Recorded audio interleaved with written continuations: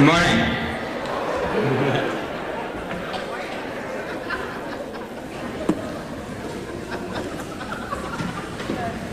Good morning. My name is Josh Gardner, and I'm a senior history major. Before I introduce today's speaker, I have been asked to remind you that next week's convocation will be Wayne Smith, visiting professor of Latin American Studies at Johns Hopkins University. He will be speaking on relations between the United States and Cuba.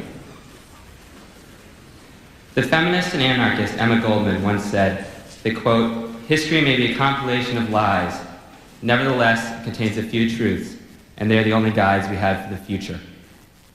Today's speaker, Howard Zinn, has dedicated his life to writing the lies of history and employing those lessons to build a better future. He is a noted historian, a gifted playwright, and a passionate political activist. Most of us know Mr. Zinn as the author of that book, A People's History of the United States, which our high school social studies teacher assigned as a contrast to the traditional text. In fact, the work was wildly successful and helped to usher in a whole new approach to American history. Zinn's heroes are not Columbus, capitalists, or presidents, but Native Americans, industrial workers, and all those who have risked everything to combat tyranny and oppression. Believing it impossible to separate the study of history from one's inner convictions and sense of justice, Mr. Zinn is also a tireless social crusader. Through the years, this marriage of scholarship and activism has alternatively found him writing articles attacking the Kennedy administration for its inaction with segregation and helping to organize student sit-ins, writing a book entitled Vietnam, The Logic of Withdrawal, and speaking out against the Vietnam War at peace protests. And like most good Americans, his belief in action has landed him in jail a couple of times along the way. This fall, I read Mr. Zinn's most recent work, You Can't Be Neutral on a Moving Train, A Personal History of Our Times, and I must say that his optimism and faith in the capacity of the American people to enact social change is truly inspiring. It is a must-read for all disillusioned college students or anyone anxious about the direction our nation is taking. I'm very excited about today's presentation. Please join me in welcoming Howard Zinn to Carleton College.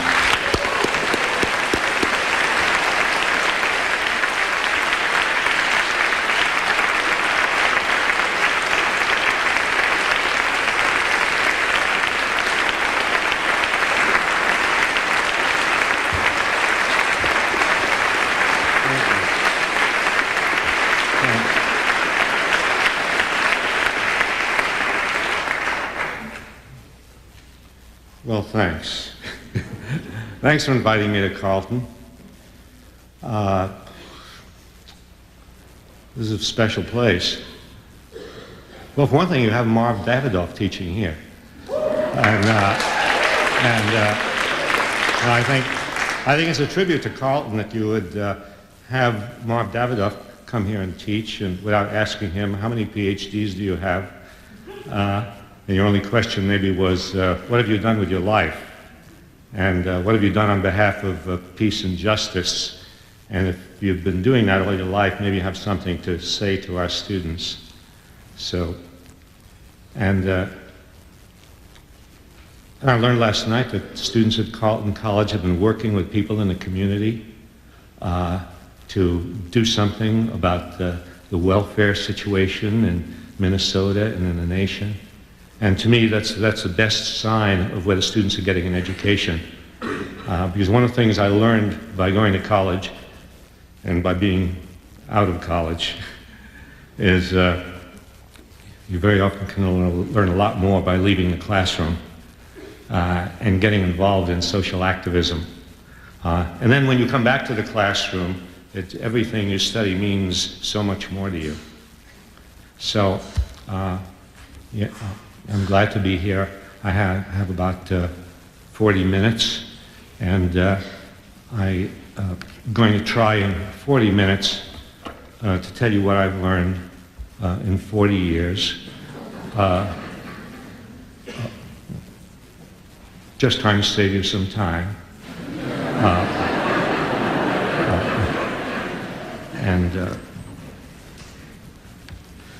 I promised I would talk about history, and sometimes I keep my promise. And I suppose I got into history, teaching and writing history, not just because it was interesting. It is interesting. It's fun. It's sort of investigative things. You read people's private letters. You read secret government documents. You read things that the government doesn't want you to know. Yeah, so it's interesting. But it's much more than that. I think I really got into history not just because it's interesting. I didn't want to just be one of those historians who sort of goes into the past and gets lost and never comes out. I wanted to go into the past and come out and see what I could find out from the past that would be useful in what is happening in the world today. And because I came to the conclusion that history is a kind of life and death matter. I read George Orwell, and probably you know some of George Orwell's works in 1984 on Animal Farm. Maybe his lesser known but very, very remarkable book, Homage to Catalonia. But in 1984, at one point, he talks about the control of history. He says, whoever controls the past controls the future. And whoever controls the present controls the past. So that those people who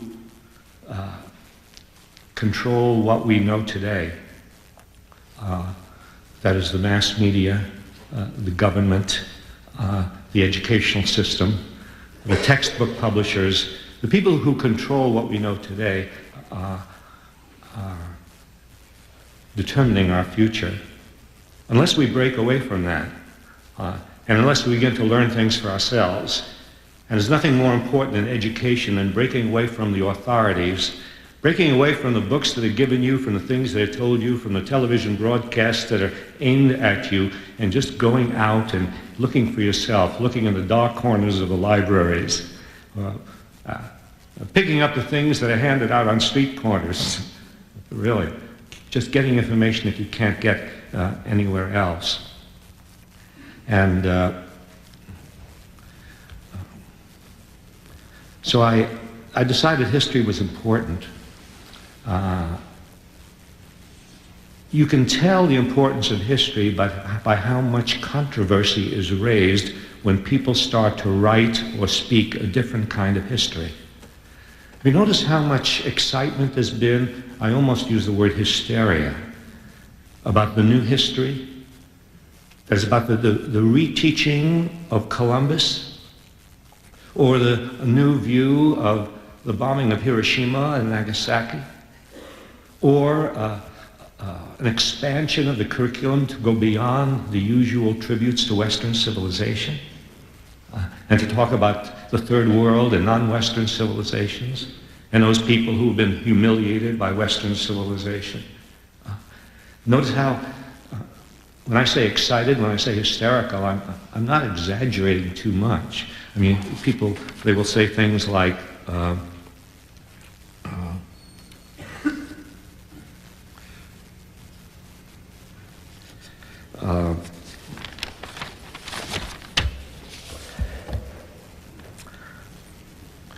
George will. They will say things like George will. That is real hysteria.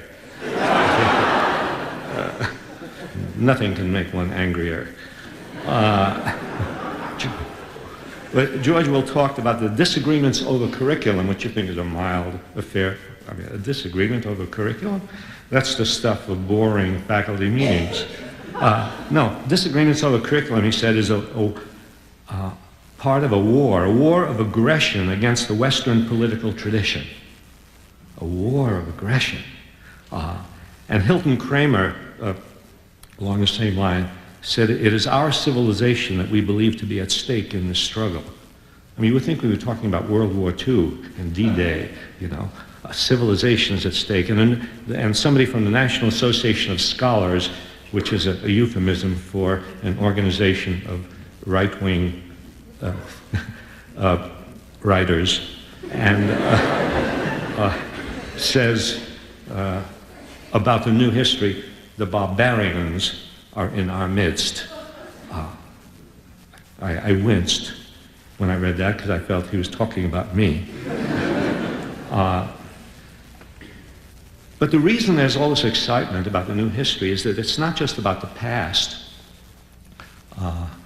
It's not about straightening the record just so that we will know what happened in the past more accurately, because everything about the past is about the present and the future. The excitement over Columbus and the changing of the Columbus story is there because it has all sorts of meaning for today. Because when you start to reconsider Columbus, always looked upon as a hero for generation after generation after generation. And it's interesting, isn't it? Here is a liberal democratic country, a marketplace of ideas, etc., etc. One story was told about Columbus for generation after generation after generation. Columbus the hero, Columbus the adventurer, Columbus the brave man, Columbus the Bible reader. I mean, what could be better? The religious man. You wonder, we know that's true of totalitarian countries. They just get one view of history, but we're a democratic country. How come? Is it possible that we have a control of information that is more subtle, more insidious, but just as clear as the control of information that takes place in what we call totalitarian countries? But there's a reason for this, and that is Columbus represents Western civilization at its worst. Oh, there is Western civilization at its best. You know, and there are nice things you can say about Western civilization, about advancements in technology and medicine and science and education. Yes, there are positive things you can say about Western civilization at its best, but there's also Western civilization at its worst. And that's what Columbus represents. And by that I mean aggression, expansion, the enslavement of other peoples, the assignment to other peoples of a status less than a human being, which is what Columbus assigned to the Indians that he found on Hispaniola, enabling him to enslave them and kidnap them and torture them and kill them. That was omitted for generation after generation because it raises too many questions about the human costs of what is called progress in Western civilization.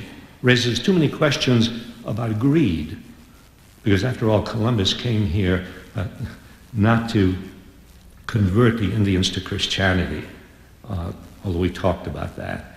But he came here for gold. And to honor that, to honor the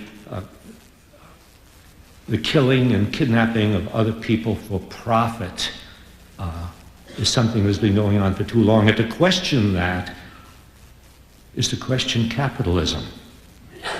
Really. I think there's a connection. I know this is hard to take, because we all love capitalism. We have to. We're in the midst of it. It surrounds us, right? We must love it, you see. And to suggest that there's some connection between capitalism and ruthless greed is troubling, you see. I remember reading a description of capitalism as the adjectives used was savage, unbridled capitalism. And then I looked to see who said that, and I thought, well, it's obviously some communist, right? It was Pope John Paul, you see, which made me worry a little about him. And I wouldn't be surprised if after he said that in an interview with an Italian journalist, I wouldn't be surprised if after that he had ended up on the FBI's list. I could just see the FBI people filing through their photos. Oh, there's the Pope. Yeah. Savage, unbridled capitalism. Yeah, so the Columbus story is a story not about yesterday, but about today. And the rethinking of the bombing of Hiroshima is not just a question of correcting the record of what happened in August of 1945. It's a question of asking about the bombs that we are stockpiling and have been stockpiling ever since World War II. Asking why we, the Soviet Union, and whatever other countries are carrying nuclear weapons, why we've been ready to do the same thing as was done in Hiroshima and Nagasaki, only to do it many times over, and ask whether we are still in the psychology, and whether our leaders are still trying to keep us in the psychology of justifying the large-scale killing of people just so long it's for a good reason. Governments, when they kill in large numbers, they always do so for a good reason. And that's what we must be on guard against. So these are not past issues, these are present issues, things that we that tell us that we study history because we want to understand something about our time. So you may get the idea that in my views of history I have not been neutral. I never considered myself a neutral teacher. I always start my classes off by telling students right off, I said, this is not going to be a neutral class. I would say, you can't be neutral on a moving train. Put another way, the world is already going in certain directions, certain terrible directions. Wars are taking place. People are getting killed. Landmines are exploding. Children are going hungry. In a world like this, to be neutral in anything you do is to collaborate with whatever is going on. And I never wanted to be a collaborator. And so I saw teaching and I saw writing as something that could not possibly be neutral. And that I had to take a stand. And I wanted my students to know it. And I wanted them to feel free to take their stands. And then let us have an honest discussion about all of the issues in the world. So I studied history because I cared about what was going on in the world. And I never believed in what they call objectivity. Unless objectivity means not deliberately lying, not distorting, not concealing information that it goes against what you've declared yourself for. But if objectivity means pretending that you don't have a view about what is going on in the world or what has happened in the world, well, I never believed that objectivity was possible, and I never believed it was desirable. I never believed it was possible because in doing history and writing history and teaching history, you're always selecting out of an enormous body of data. And it can only be a very, very tiny selection out of that great body of information, inevitably. And what you select, or, as in most cases, what is selected for you by whoever produces the textbooks, or whoever prints the newspapers, or whoever gives you the news at 11 o'clock, whatever is selected for you is dependent on the viewpoint of the selector.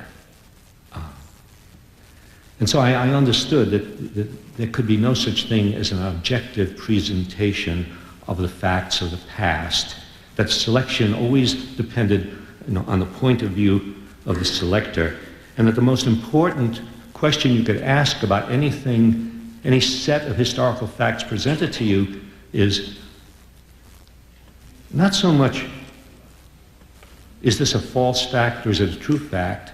The most important question you can ask is, what has been left out? What hasn't been told me? Just as things were, they didn't lie about Columbus when they said he was a brave man and a religious man. No, they just omitted things. They didn't lie about Hiroshima when they said, yes, the war ended right after the bombing of Hiroshima, and the Japanese were cruel in the war and so on, but they left out things. Because they left out the messages that went back. And I saw this last year in 1995 when there were all the discussion about Hiroshima and with all the press talking about Hiroshima, but I didn't see the information that historians and other people who study the subject know about the telegrams that went back and forth from the Japanese diplomats to their emissary in Moscow trying to negotiate an end to the war. Telegrams that were intercepted by American intelligence and that they knew about, which indicated the Japanese were on the verge of surrender, that the bombs did not have to be dropped. We didn't have to kill all those people.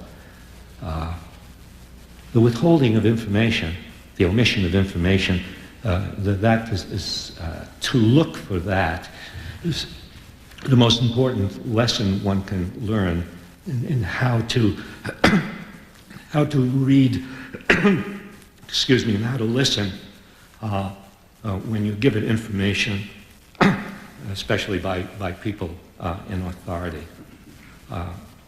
And when the government gives you information, always asks, what have they left out? The government, not long ago, a few years ago, there's a scholar who resigned from a government commission that advised the State Department on its production of volumes on foreign relations to the United States. He resigned because the United States government insisted on holding to its rule that it could not print information, documents of American foreign policy, unless they were at least 30 years old. That is, it could not talk about anything that happened within the last 30 years. But he said it went even further, that even when they produced volumes on events that happened more than 30 years ago, they were lying about it. They were distorting, and he resigned because he saw the volumes they were producing about 1952, 53, 54, and he said the government has distorted and left out information about what we did in Iran in overthrowing that government, what we did in Guatemala in overthrowing that government, what we did in Southeast Asia in helping the French to maintain colonial control over Indochina, and so he resigned his job. So, government documents have to be inspected very closely, and the question asked, what have they left out? The great journalist I.F. Stone, if you don't know who he is, find out. He's one of the great journalists in American history, and when he would speak to classes of journalism students, he would say, some of the best advice I can give you as people who are going to be journalists can be summed up in 2 words: governments lie. I was always interested in what was being omitted in the mass media, omitted in government documents, and omitted in the history textbooks. One of the main things that was omitted in the books, it occurred to me at a certain point, was the class nature of American society. Class is something that we don't like to talk about in the United States. We don't use words like class consciousness and class struggle and class conflict. I remember if you can remember way back to the presidential campaign of Bush and Dukakis. Try to remember that. What an exciting, can you imagine what an exciting campaign. And Bush, 2 giants. And Bush accused Dukakis of appealing to class conflict, which really surprised me, because I was from Massachusetts. Dukakis had been the governor of Massachusetts. I could not imagine Dukakis getting excited about class or getting excited about anything. Class is something we don't like to talk about, but in fact, the history of the United States is a history of class conflict. from the very beginning. We had class from the beginning. We didn't all come here as pilgrims. I remember that was the impression I had, and after going to school, everybody came here and they dressed like those people, in those funny clothes, you know, and we were all equal. And somehow some people ended up very rich and so other people ended up poor. How did that happen? You know, I guess some people must have worked much harder, you know, like 1,000,000 times harder, you know.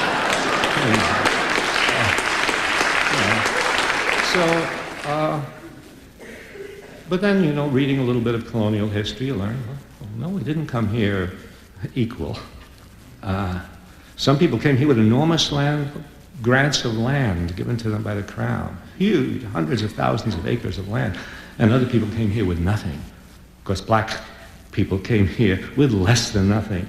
And they came back here as slaves. And white people came as indentured servants. And others came with no property. And from the very beginning of our history, in the 17th century, we were already rich and poor. We were already people with wealth and power and other people with nothing. And when the Constitution was drawn up, it was a recognition of that. I mean, the people who grew up, when Madison was arguing for the adoption of the Constitution, one of the reasons he gave was, now look, you know, there are people with property and people without property. And there's going to be trouble. I'm paraphrasing Madison. he really wrote so elegantly, and I've always tried to recapture, you know, that 18th century style, but it hasn't worked. I think I've gotten back to the 19th century, but not far enough.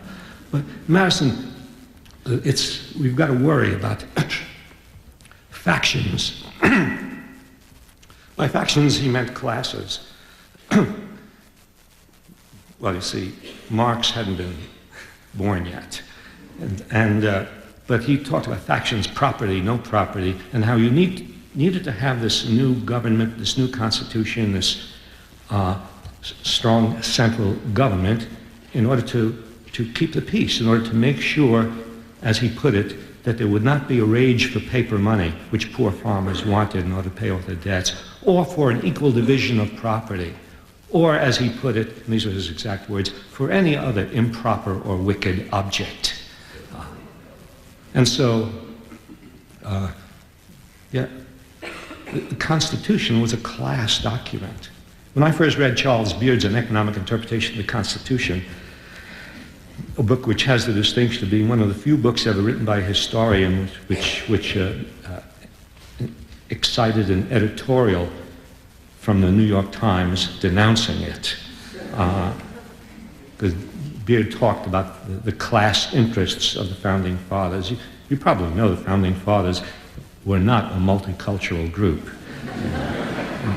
They were 55 rich white men. Maybe one or two of them could be classified as not so rich as the others. And the Constitution set up a government that would benefit the interests of that class represented by those 55 men. And it's interesting because today you hear talk about big government. Big government is bad. Clinton said right in the course of the campaign, the era of big government is over. And everybody, Republicans, Democrats, and the media, and they repeat again and again, big government is bad. Big military isn't bad. Military is not the government, I guess. There are big things that are not bad that the government do, and there are other things. Medicare, that's bad. What if we had a national health program run by the government the way they have in other countries which work very well and which give health care free to everybody? That would be big government. The Constitution set up big government, but it set up big government on behalf of the upper classes. It set up a government that would be strong enough to protect the interests of the bondholders, pay off their bonds. You could find an unbroken thread running from the founding fathers down to the Federal Reserve System of today in government legislation to protect the bondholders. You know, a strong government was set up by the Constitution to protect the bondholders, to protect slave owners against slave revolts, to protect land speculators who were going out west, to protect them against Indian attacks. Indians seemed to think it was their land. To protect manufacturers by tariffs. And the history of legislation in this country has been a history of class legislation, of government, of legislation on behalf of the rich and powerful in this country. Right from Hamilton's first economic message to Congress, right through the 19th century when the government was giving huge subsidies to the railroads. 20 million acres of land given free to the railroads by the states in the 1850s. 100 million acres of land given free to the railroads by the federal government during the Civil War. When they give us histories of the Civil War, they tell us excitedly about the battles of Gettysburg and the battles of Antietam and the battles of Fredericksburg, and they don't tell us much about that 100 million acres of free land. I would call that welfare on a very large scale. You try getting an acre of land from the government. Just write a letter to your congressman. Say, I'm not asking much, but I've been reading about the Union Pacific Railroad, and I would like 1 acre. It's,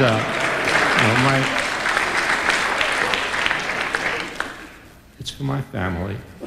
Yeah, I believe in family values. Let's try it. The subsidies continue all through.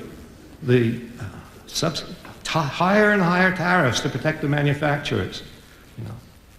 Subsidies. In World War II, the aircraft industry in the United States would have collapsed if not for the government supplied 92% of the capital for the aircraft industry in World War II. Billions of dollars. And at the end of World War II, when we didn't need the warplanes anymore. You could argue before that, well, we needed it for the war. After the war, the government continued to subsidize the aircraft industry, which would have gone out of business if not for government subsidies. And you can read the memoranda that went back and forth between Assistant Secretary of the Air Stuart Symington and the heads of Lockheed and the other aircraft companies, in which Symington says, don't worry, fellows. That's also a paraphrase. Or maybe it's an exact quote. Don't worry, guys. We'll take care of you. He said, in one of his letters, he said, let's not call it subsidies. Let's call it security. Well, I think welfare mothers around the country should say, we're not asking for welfare. We're just asking for security. That's all.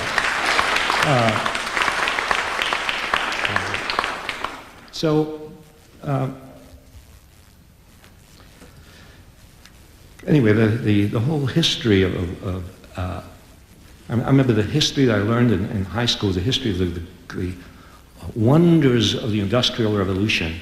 How great it was that the railroads went across the continent and the steel mills went up and the United States became the #1 economic power in the world. But I didn't learn, and this was omitted from the book, I didn't learn about the human cost of what was called progress, of industrialization, of the improvement of technology. I didn't learn about the girls who went to work in the textile mills of New England at the age of 12 and died at the age of 25. Didn't learn about the Irish and Chinese immigrants who worked on the railroads, and by 20,000 of them on the Union Pacific Railroad in the heat and the cold, 16 hours a day, and died of sickness and overwork. And didn't learn about that. Instead, we got things like, these were the gay 90s. How gay? well, I won't question the word gay when it comes down. Were all people like that in the 90s? Were people happy in the 90s? It was the roaring 20s, the jazz age, the age of prosperity.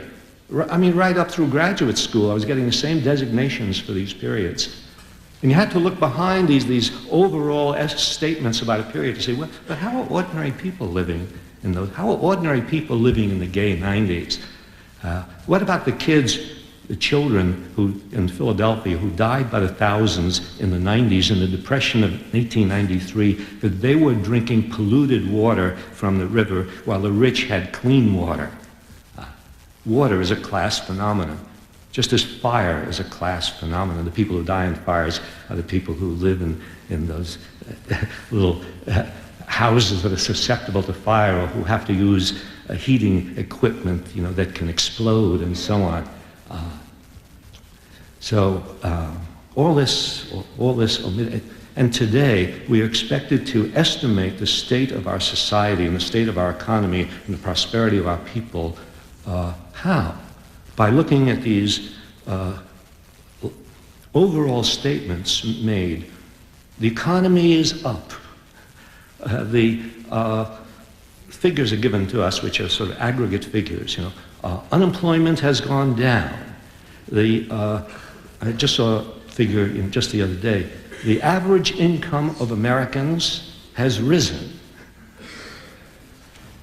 You average Donald Trump and a factory worker, and the average has definitely gone up. The Dow Jones average, every night without fail, the Dow Jones average, and we're supposed to, after we get that night after night, begin to believe that the Dow Jones average is an accurate reflection of how people are living in this country. The Dow Jones average has gone up. I feel wonderful. I mean, try that. Next time you're in a restaurant, tell the waitress, have you heard that the Dow Jones average has gone up?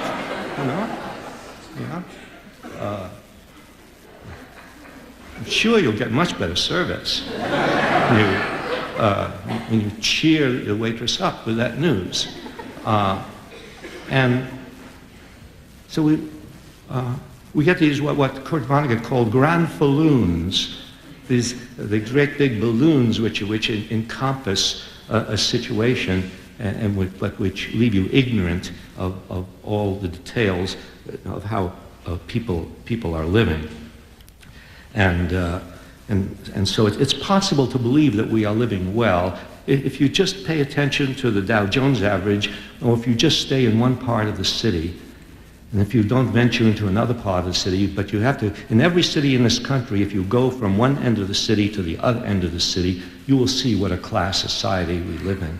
And you will see the people in New York and Chicago and Cleveland and Detroit and Boston, and you'll see the people who live in very nice houses in one part of the city, and the people who live like a third world people in the slums of Brazil in another part of the city.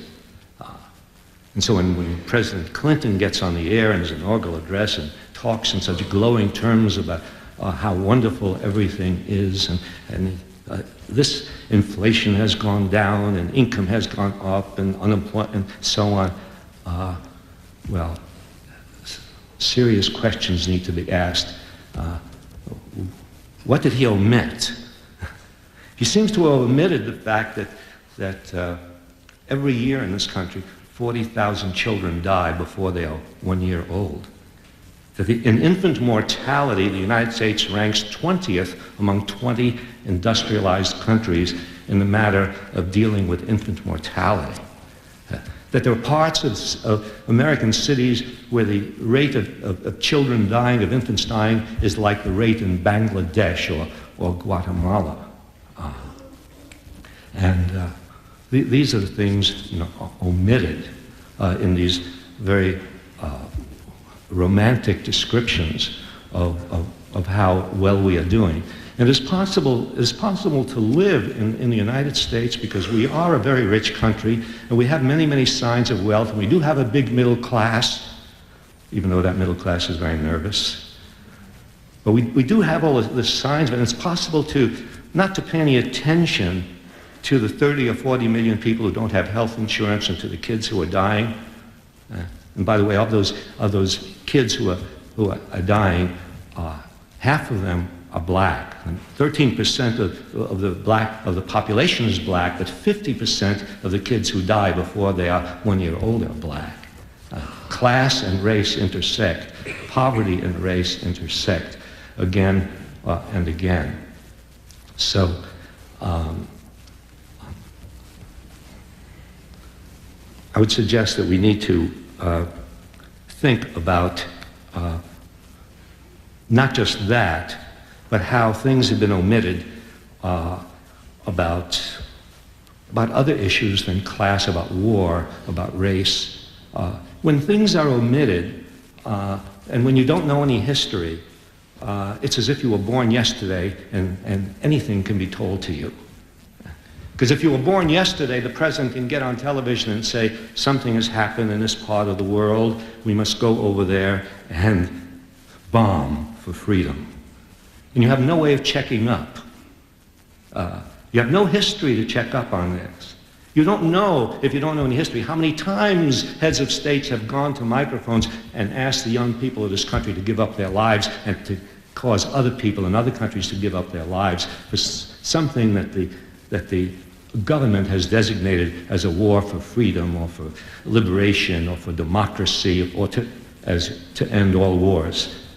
I think they've even stopped saying that. They've sort of given up on ending all wars because they're preparing, as they say, to fight wars again, right? That's why we're spending $250 billion for the military, because we have to be prepared for, as they say, and the number changes from time to time, we're preparing for 1.5 wars, or 2 wars. Well, 1 major war and 1 regional war. 1 major war and 2 regional wars, right? But we're preparing for war. Well, a little history would make you suspicious, especially for young people. I understand there are high school students here from Southwest High School and in the Twin Cities. And I think of high school students as being the most vulnerable, because they will graduate from high school, and at some point, some head of government will say, it's time for you to die for your country, for freedom, for democracy, and so on. History will come in very handy at that point.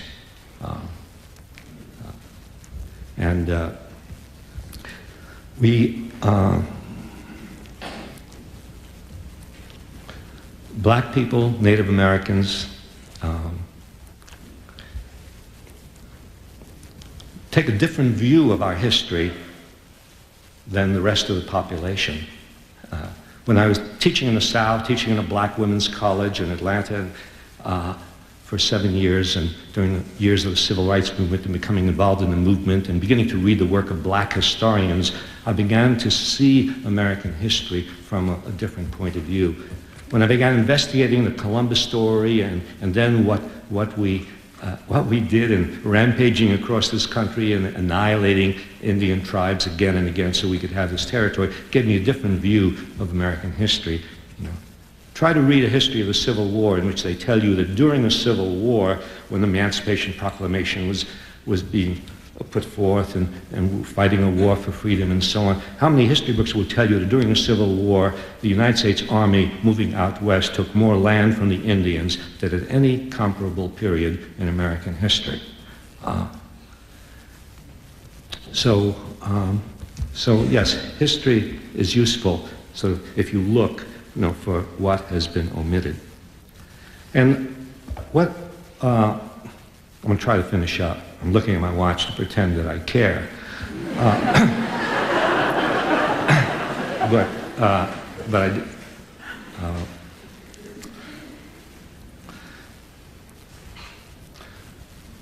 Well, one of the things I have learned both from reading history and from participating in social movements, from the civil rights movement and the anti-war movement, and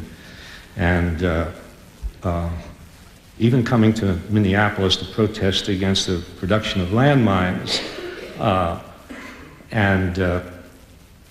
One of the things I've learned from that kind of experience is if we're going to change things, if we're going to become more conscious of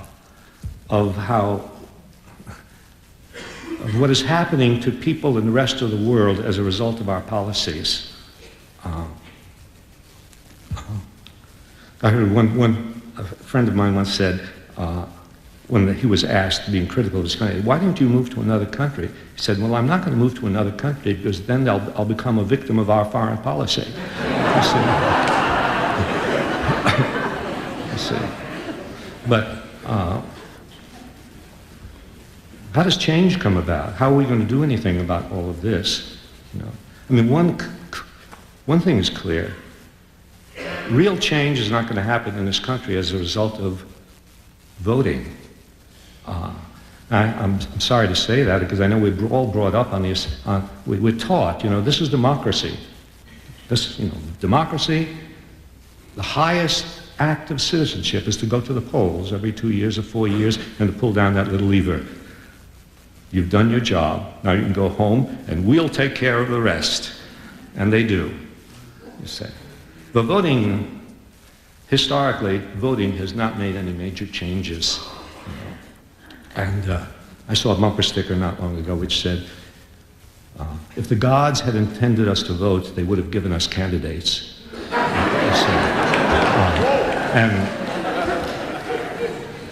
Well, as a matter of fact, I don't think the gods would be in a position to give us candidates because they probably don't have enough money. You see, you need money to get into the electoral process, you know, and if Jesus or Moses or Buddha or Muhammad showed up at the White House, you know, without money, they would not be allowed in, right? They would need $200,000 to have dinner with Clinton. Well, if it was a Republican president, they would need $300,000, you see. That's the difference between the Republicans and the Democrats. It's an enormous difference.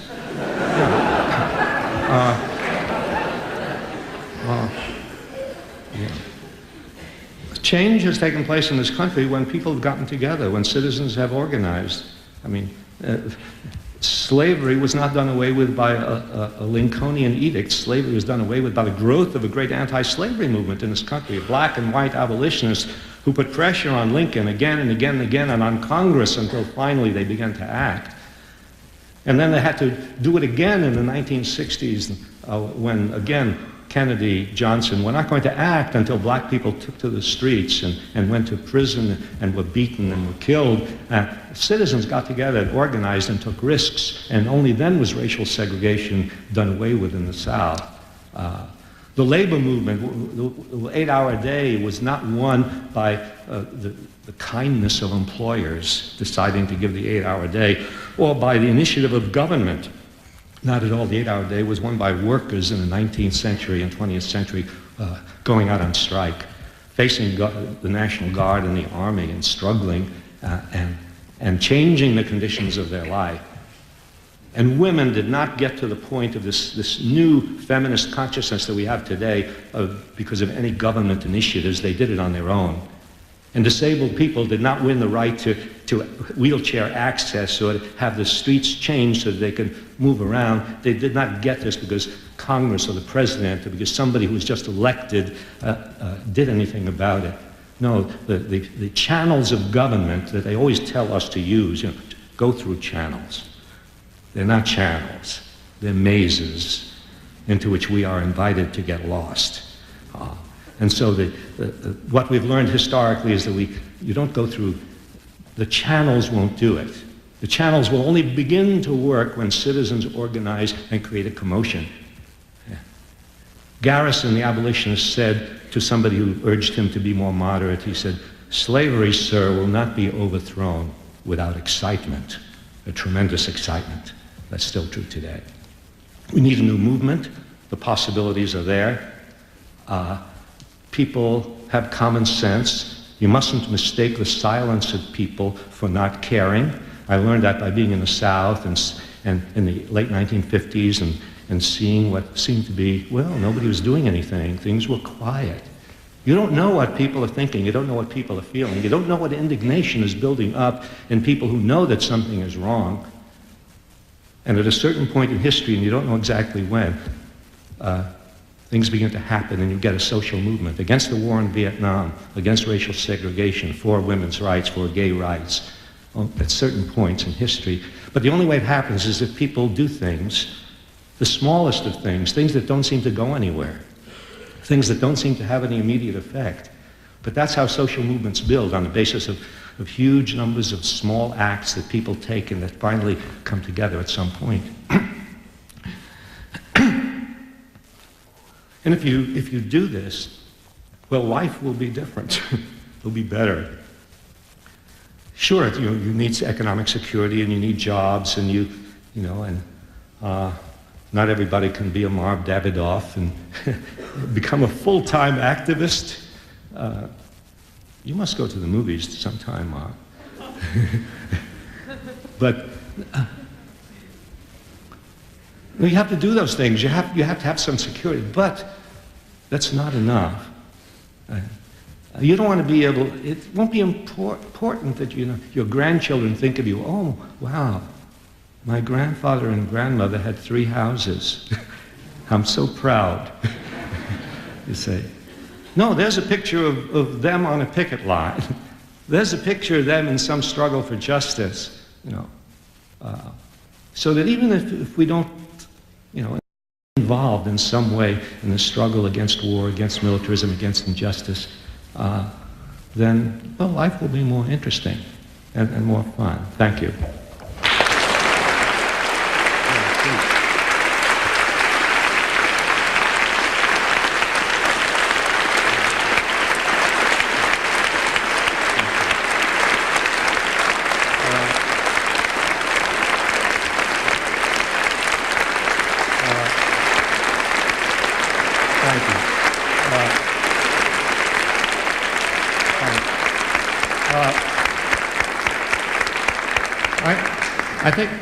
I think we have a little bit of a time for anybody to say anything or raise any questions.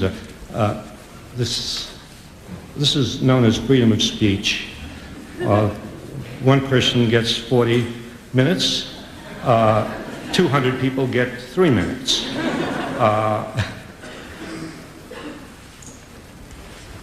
Anybody? Yes. Your mention of Orwell and the control of the past, would you reflect a little bit about the recent shutdown of the Smithsonian Institution, their attempt to give a true historical perspective of the bombing of Japan with the atomic bomb? Well, yeah.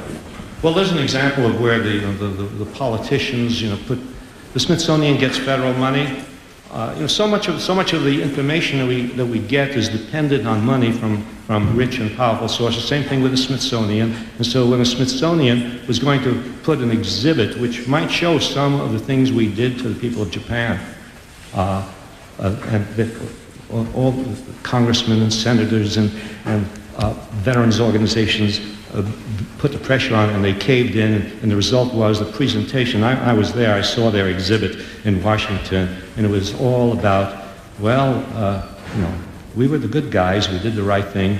We shortened the war, and you could not get any sense at all from that exhibit of the devastation that we caused in Hiroshima and Nagasaki, and you certainly couldn't get any notion of the information that is now easily available that showed that we did not have to drop those bombs in order to win the war. And I have sometimes said to people who, especially veterans of World War II, and I'm a veteran of World War II. I was a bombardier in the Air Force in World War II, and I was an enthusiastic bombardier, but I came out of it at the end of the war, and I began to question the whole notion of war, and whether war ever solves anything. And I sometimes will say yes, especially to people of that era who defend the bombing of Hiroshima and Nagasaki, well, we had to do it in order to win the war. Say, well, look, if you were told at that time that we had to kill 100,000 American children in order to win the war, would you do it? Really not in order to win the war, just in order to speed up the winning of the war by a few days or a few weeks or a few months. Would you kill 100,000 American children to do it? Well, the answer is clear. And what does that mean? That means that Japanese children are not equal to our children. Now that's something we desperately need to get over. the idea that the children of other countries do not have as much of a right to live as the children of our country. And war now kills more children than soldiers. In the wars today, as opposed to the wars of the past, the ratio of civilians killed to military killed is 10 to 1. That's why we must renounce war. Because war is not a war against this evil person, that tyrant, that dictator. War is always a war against children. And if all children are equal, then we must renounce war, we must take the military budget and use it for the things we need to make a better society.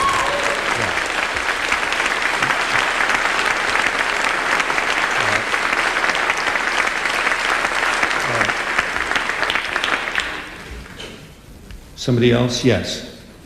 I noticed in your discussion about oppression in America... Excuse me? I noticed in your discussion about oppression in America, you omitted discussions about Latino culture, and I was wondering... Omitted what? Discussions about Latino culture. Oh, Latino, I'm sorry. Oh, you're right, I did. Would you please elaborate on that? That's an omission, huh? Would you please elaborate on that from a historical perspective? No, you're absolutely right. In cataloging all the sins that are done against various peoples in our society, it's very easy to leave people out, and it's done so on the basis of a insufficiently heightened consciousness, you see, which I plead to. But in fact, when I wrote People's History back in the late 70s, I really didn't say much about the Latino people in this country and about their struggles. And in my new edition, I try to correct that, and I talk more about the farm workers and the problems of Latino workers in this country. And I mean, all I can say about it is one of the things we can learn from that. Well, we can learn something from the omission about our general, how easy it is for us to forget the people that we don't come in contact with every day. But from the history of the Hispanic people, we can learn something about the way we take the people who lived in the far west before we did and declare them persona non grata, or how we invite the farm workers from Mexico to come over when they needed to work the farms and then declare them as illegal immigrants and build a steel wall across Southern California to keep them out. This whole issue of immigrants is something that we really need to think about. The classification of immigrants, legal or illegal. I mean, the very idea, that there should be this kind of distinction. Oh, well, born here, not born here. Clinton, in his inaugural address, talked about, well, we must remedy this situation that we are denying food stamps and we're denying medical benefits to legal immigrants. Well, he signed the bill that denied them. The bill that he's trying to correct with such righteousness is a bill that he signed, that the Republicans and the Democrats joined in putting through Congress. I mean, why do we have a world in which we are holding on so tightly to our little enclave of wealth that we mustn't allow anybody in? I'm a rich person and I have 500 feet of beach. And I don't want to let anybody swim on my beach. It's too crowded already. There are 7 people on it. I think of the Statue of Liberty, and the words on the Statue of Liberty, give me your tired, your poor, your huddled masses yearning to breathe free, the wretched refuse of your teeming shore. Send these, the homeless, tempest-tossed to me. I lift my lamp beside the golden door. We should take the Statue of Liberty off her pedestal and carry her around the country, to California, to Texas, to Washington, D.C., and ask, what about this? And yes. Do you feel that the peace and justice movement, so to speak, can exist without somehow encompassing the fact that the nation as a whole and the world as a whole is entirely dependent on fossil fuels and a rapidly depleting resource that's not even considered in a short supply right now, but this doesn't really appear to be encompassed in the movement? In the process, I'm wondering if you think the peace and justice movement can succeed without somehow reconciling that issue. Well, I assume that part of the peace and justice movement is the environmental movement, which is very much concerned with the use of, for instance, solar energy. A book just came out recently called "Who Owns the Sun?" And it's about the fact that, of course, solar energy doesn't bring profit to corporations. The sun is too accessible and too easy, and how. No, I think that has to be very, very important of any movement. Am I right in thinking that it's time for us to leave this, that people are giving me a hint? Yes. Okay, thank you.